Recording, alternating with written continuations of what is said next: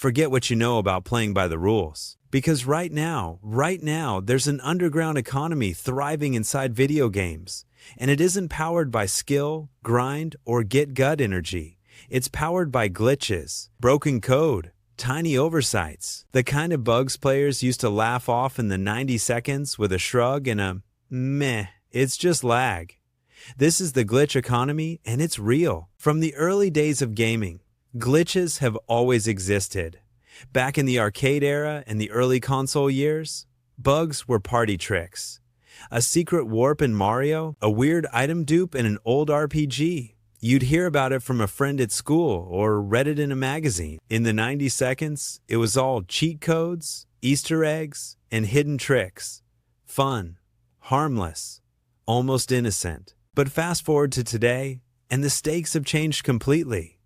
Modern games aren't just games. They're live service economies, global marketplaces, competitive ecosystems, and social platforms rolled into one. And wherever value exists, real value exploitation follows.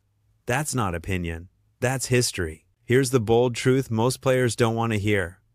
When you see someone with unlimited currency, impossible stats, or ultra-rare items that shouldn't exist yet, it's often not because they're cracked, OP, or built different. It's because they found something the system didn't expect. A wall climb bug, a timing exploit, a duplication loop that slipped through QA. And once that door opens, even a little, players rush in. This is the digital gold rush. Take a seemingly harmless movement bug, something like an unintended wall climb in a massive open-world game. On day one, it's just LOL physics.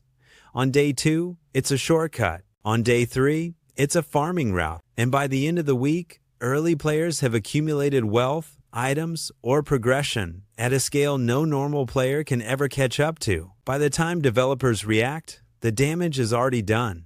That's what defines the glitch economy. It's not random cheating. It's systemic exploitation players, identifying oversights and leveraging them before patches arrive. In English forums, you'll hear early adopter advantage. In Spanish spaces, aprovechar el bug.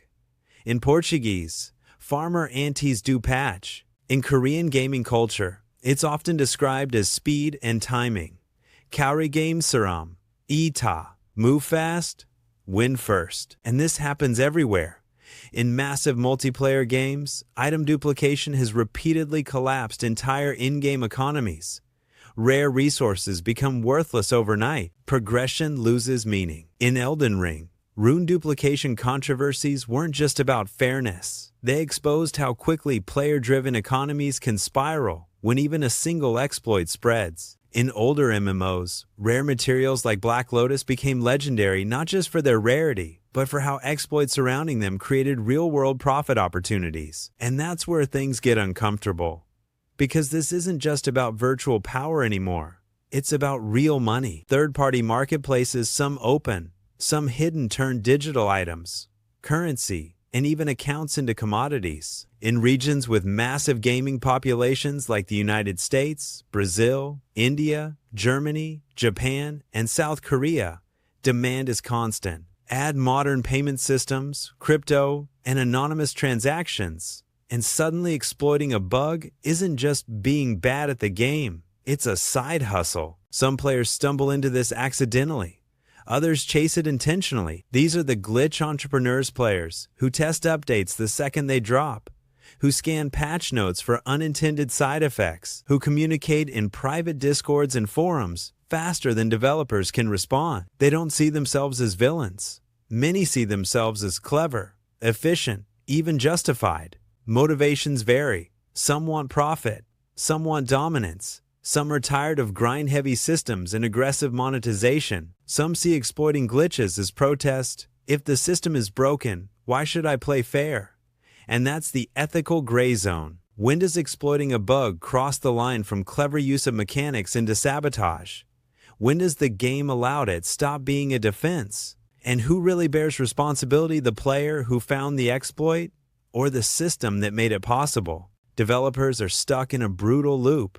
Patch too slowly, and the economy collapses.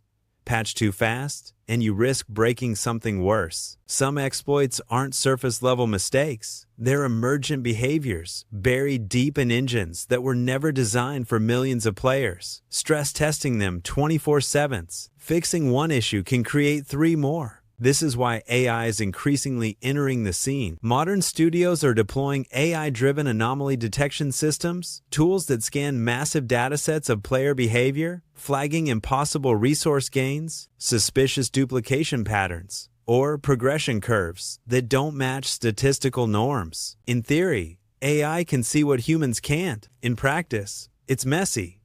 AI doesn't always understand intent. It struggles with context. Creative play can look like cheating. Exploits can hide inside noise. And just like players adapt to patches, exploiters adapt to detection, slowing actions, spreading activity across accounts, blending in. It becomes a cat-and-mouse game on a global scale. The long-term impact is already visible. Trust erodes. Honest players feel punished. Why grind, they ask, if someone else glitched their way there? Communities fracture. Developers simplify systems, restrict freedom, and lock things down not because they want to, but because complexity creates vulnerability. Ironically, that makes games less fun for everyone. The glitch economy forces us to confront an uncomfortable reality about modern gaming culture. Games are no longer just entertainment, they're economies, social spaces, competitive ladders, digital labor, and in every system where value exists, someone will look for the crack in the wall. From the cheat code era of the 90 seconds, to the speedrun culture of the 2000s, to today's hyper-connected live service worlds, the mindset has evolved, but the instinct hasn't. Players will always test boundaries, always ask, what happens if I do this? The difference now is that the answer can be worth real money. This isn't a guide.